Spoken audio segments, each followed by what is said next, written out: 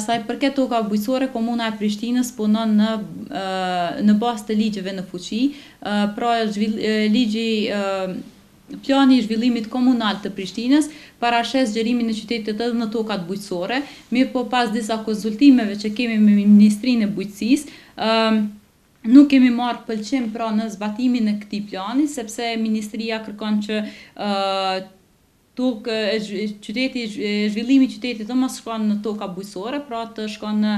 pjesë të tjera, pra të ruhen tokat bujqësore, dhe ne jemi të pajtimit që tokat bujqësore të ruhen, pra në këtë rast ne jemi duke rishikuar planin komunal që shohim se si mund të zhvillojmë qytetin në tokat ku nuk dëmtohet bujqësia e Komunës së Prishtinës. Bazuar në planin zhvillimor komunal, parashihet që një pjesë e toka bujqësore të shndrohet në toka ndërtimore, gjithsesi në zonat urbane.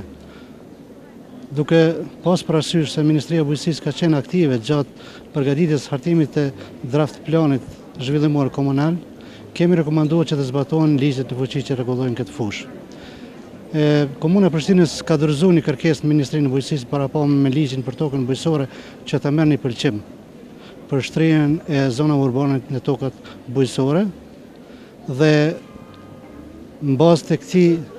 sugjerimi, në bazë të këtij plani është parapar një sipërfaqe e madhe tokës bujqësore kualitative të shndrohet në toka bujqësore, në toka ndërtimore. Mirë po Ministria e Bujqësisë mbas e ka marrë këtë plan, e ka shqyrtuar, ka analizuar, ka bë disa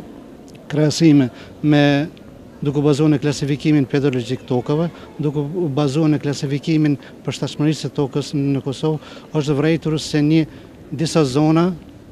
nuk ja vlen të bëhen zona ndërtimore. Problemi i shkatërimit të tokës bujqësore është një problem